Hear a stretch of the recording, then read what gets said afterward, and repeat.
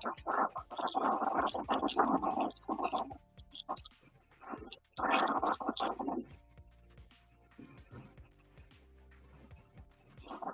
everyone, and welcome to another live stream here on the channel for the Black Hood Crew. I am your host slash chauffeur, Darkness 30XX of the Black Hood Crew. Username is there down in the corner. You can follow along on YouTube and Facebook at the Black Hood Crew. And you can follow along at my name on Twitch, Twitter, Steam, Trovo, TikTok, Instagram. It is Tuesday, August 2nd, 2022. The weather seems to be partly cloudy for today here in absolutely humid South Florida. Like, it's disgusting. Super sticky. But that's pretty much the norm here. It's unlike how it is, say, further out west, where you have heat and it gets hot. Not saying it doesn't. In places out west, some of the desert states, Arizona, Mexico, Southern California, parts of Texas. Like, don't get me wrong, it gets hot in those places. But that's a dry heat. And that's the kind that will just sap all the moisture out of your body and basically leave you dried up husk on the side.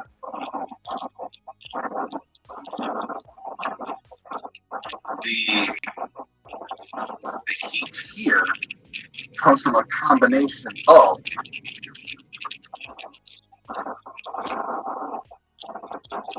the actual temperature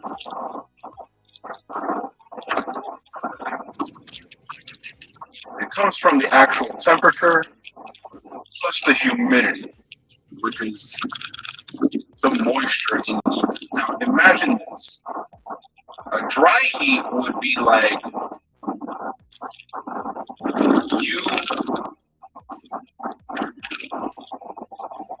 a dry heat would be the equivalent of you standing there and having a giant blow dryer pointed directly at you on its hottest setting, and it's just blowing at you. That's the dry heat. The humid heat is the equivalent of having that same fan, that same hair dryer, blow on you, but you also have a spray gun hitting you in the face with hot water at the same time. So you got this dry heat, but then once you add in that moisture, it sticks to you. And it just makes you sweat even more. It actually makes it feel hotter than it actually is. So I'm not saying it doesn't get hot in other places, but the heat here in South Florida will absolutely wreck you. And you have to constantly be looking for shade, constantly having water with you, and you can't go overboard on the blower because you would essentially be quote unquote hotboxing yourself when it comes to the moisture content in the air. And you just sweat constantly in this kind of ambiance. Because again, the entire time you're hot, you also have the moisture content of the air sticking itself to you, while also being hot. You couple the two together and it's a recipe for disaster. So, that's why I'm a big proponent. If you don't have to be outside, don't be. Stay indoors. Stay in the shade. Don't be out unnecessarily. Because ultimately, this is what you have to do. You have to deal with this weather that just absolutely puts you down. And even on cloudy days, it'll still absolutely wreck you.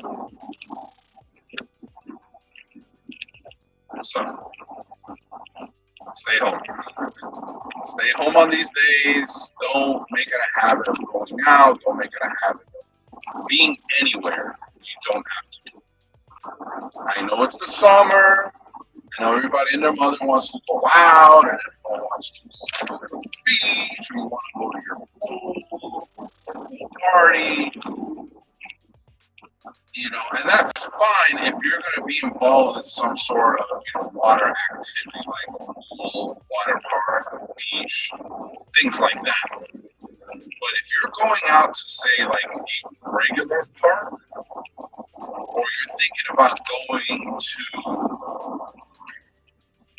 say, an amusement park that does not have any water attractions, or the main emphasis of that theme park is water, you're not going to have a fun time. I can promise you this.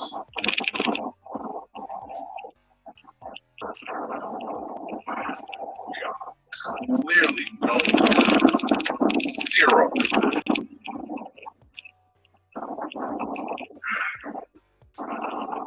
Yeah.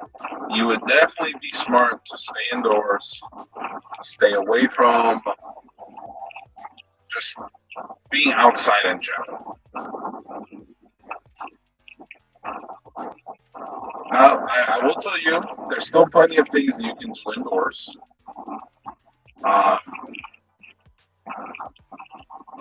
There's still plenty of fun things that can be done indoors.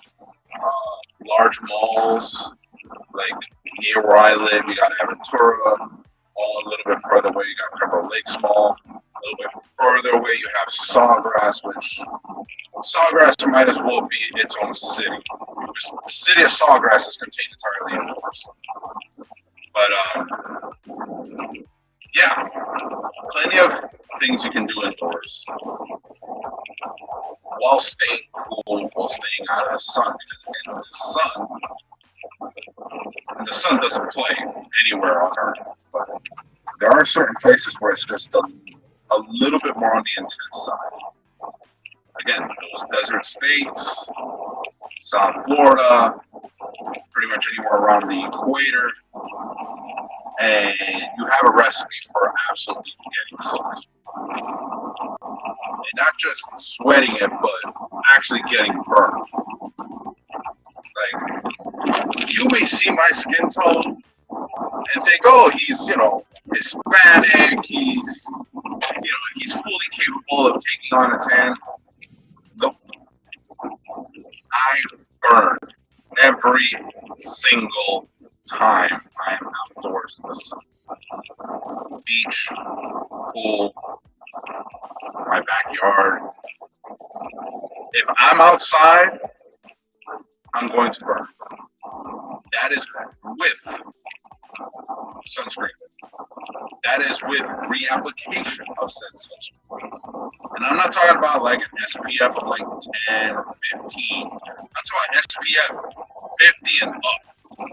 And I still burn. Hell, I burn in the shade. I once burned in the shade. I was under an umbrella for the entirety of my visit to a beach. I did not want to get in the water that day. I was not there for that activity. And I burned in the shade. Absolutely roasted, peeling for days afterwards. I burned in the shade. I don't tan, I burn. So, there might be a hint of bias when it comes to me being or wanting to be outdoors for that reason, but at the same time, I still don't like being outdoors. The heat, the sweat, I prefer air conditioning, shade, cool drinks, and just anything I can do to avoid being out there.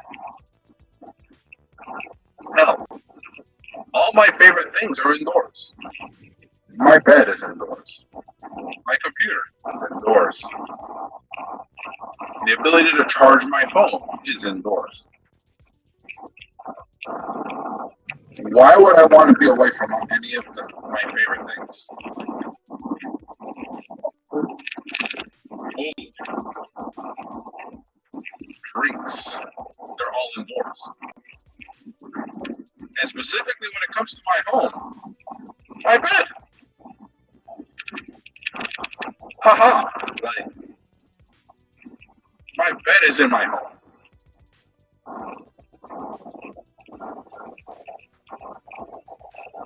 So, again, I enjoy being indoors.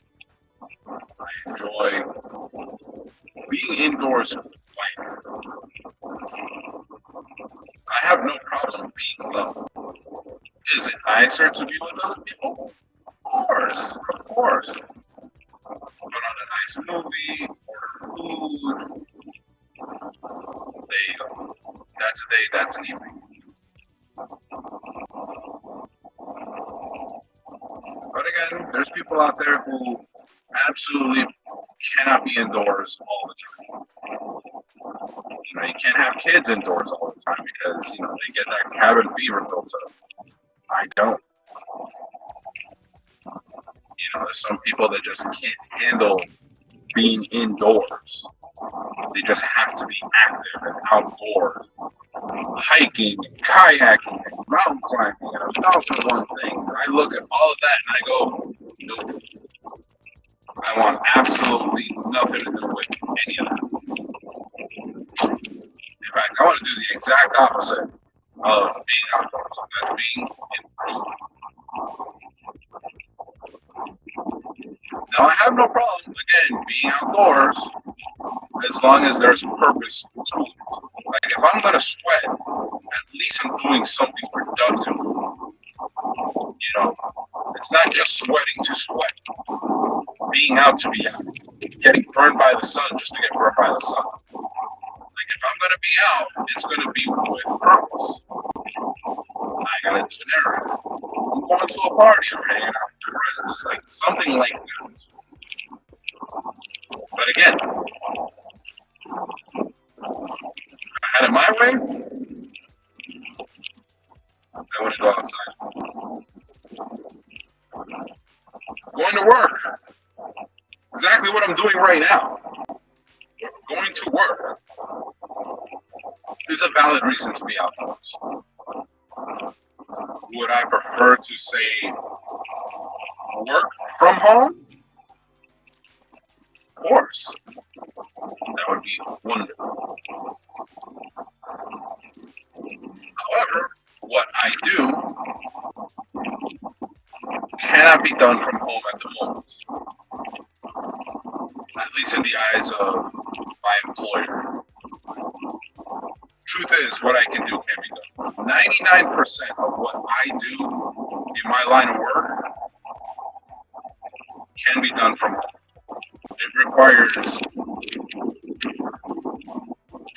literally seconds of actual face-to-face interaction with another human being.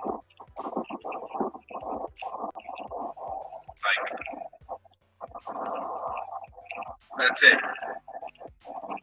Everything else I do can be done over, say, the phone, or if they wanted to, they could set up a tablet on wheels type deal, like they do for a translator service, which is basically an iPad connected to an external speaker, sitting on wheels. That's basically it. Like, that's our translator service. So they could literally employ the exact same setup for me to do my own job, which again can be done almost 100% remotely.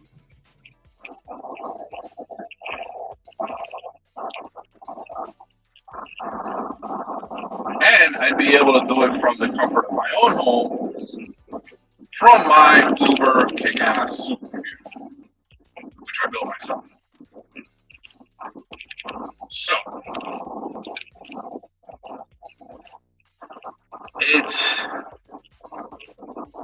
I would prefer to work from home. And it's not like I don't have the capability, like I can literally log into my system at home that I use at work and do all the same things that can be done from home. I can do the same stuff I can do at work, I can do from home. It can be done almost 100% remote. Because again, I like being home. I like being indoors. It would save me money, save me time.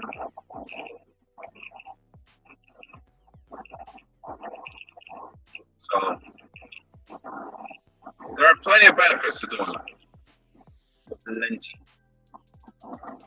However, as it stands right now, they're not going to do it.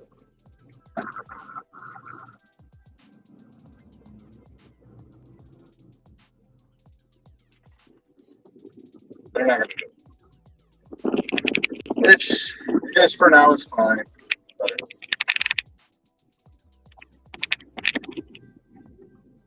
it'd be nice if we had that option. You know what I mean? Like, if that was a real thing. Just have this show up on a tablet, little set of wheels. The nurses can wheel me in, or hell, the entire system can be put on the back of a flipping Roomba. And I can control it with a little joystick. You know, like that would be cool. Like the office space that we would need would be greatly reduced because it would just be a set of charging stations. When we log in, it'll let us know which robot is available, and we would log in, and we would then have full control over the machine, allowing us to enter patient rooms and perform our duties. When the patient needs to sign appropriate forms, hey, finger to the screen. Oh, you have, say, a physical issue or physical condition that does not allow you or would not allow you to, say, use your finger to sign on the screen. Family member can do it. We just need a verbal authorization. So, yeah, put on a little robot, let us control it remotely via the network, and we just go along. Hell, if they could set it up so it could work on my Xbox or my PlayStation controller, that would be sweet. It'd be kind of like playing a first-person shooter, just without all the guns and bullets. But it'd still be kind of neat. Control a little robot, rolling around through the ER. You know? Another patient room, the tablets would have a forward-facing camera, so we would be able to see them, they would be able to see us. We'd be able to hear them clearly, they'd be able to hear us clearly. I would have my really nice, Rock Hat headset that I use at home, my condenser microphone, and we would just work from there. I think it'd be neat. And again, I'd be able to do the whole thing from here. Input patient information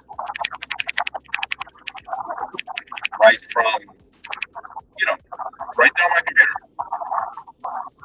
Put in patient information, send the request for the signatures as appropriate, and they sign appropriately, and then that's it.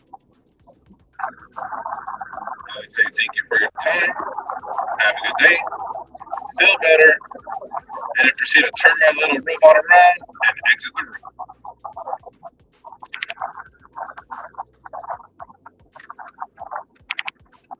Be more than be capable of everything.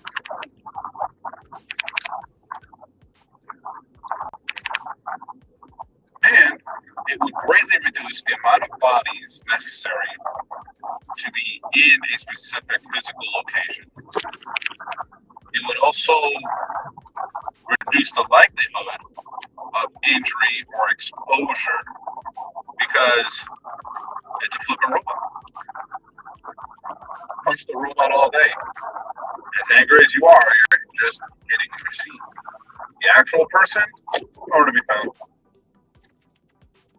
The person has a contagious disease. Let's say it's somebody that is literally active with COVID. Well,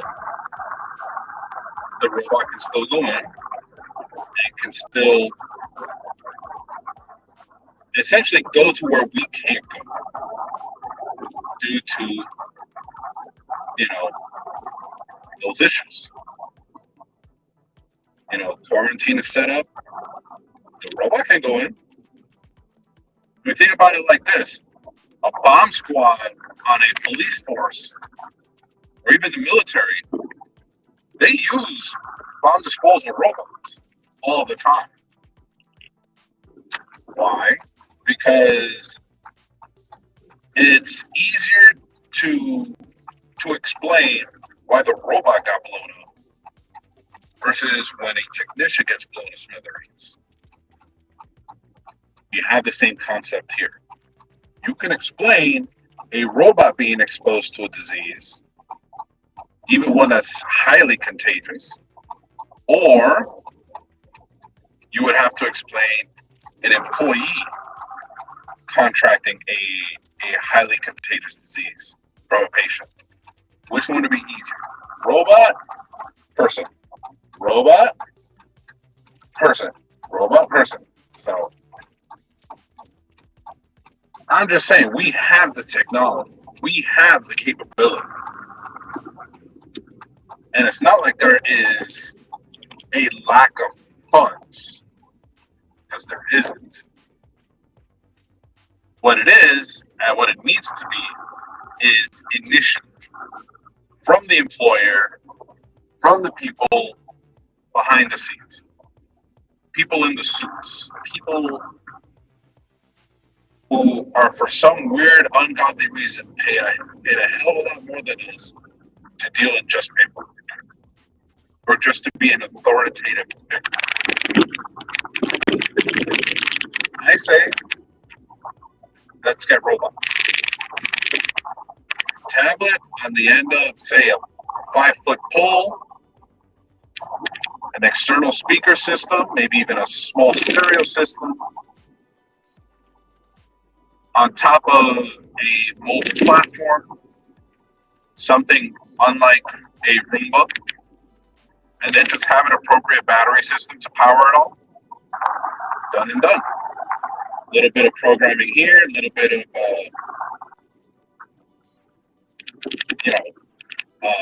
meshing of software and hardware. But yeah, I would be remiss if I didn't say it's not capable. I think it would be a fantastic idea. It would remove plenty of people who perform this type of duty. It would remove them from situations that would put them in danger. Please tell me how to do it this way.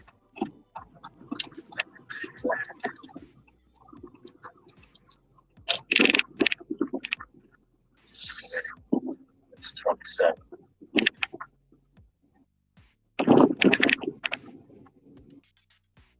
Come on, drive like you got somewhere to be.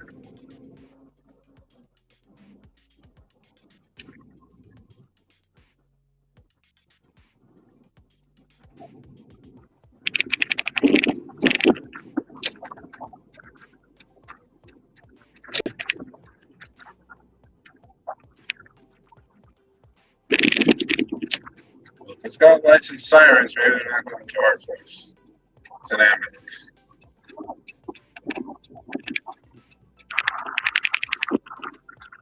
It's coming to us.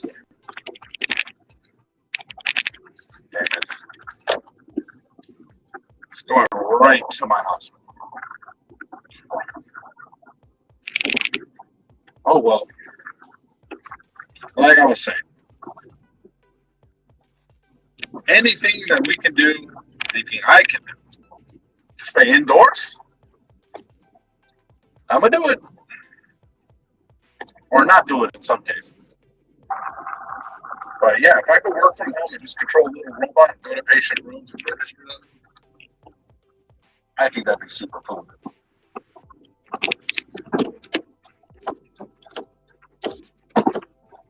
Here we go. Piece of purpose space. I'm good with it. Yeah, well, So we're gonna cut it out here as I've arrived to work. I'm gonna go ahead and start heading inside because I already know what's waiting for me. So until next time, I'll be not next week at all. I'll be out of town next week. So the week after, everything goes back to normal. Normal Monday, Tuesday here live from the truck, and then Wednesday, Thursday, Friday from home with my normal streams. So until next week, not next week, the week after. Until the week after next week, be safe, be smart, be excellent to each other.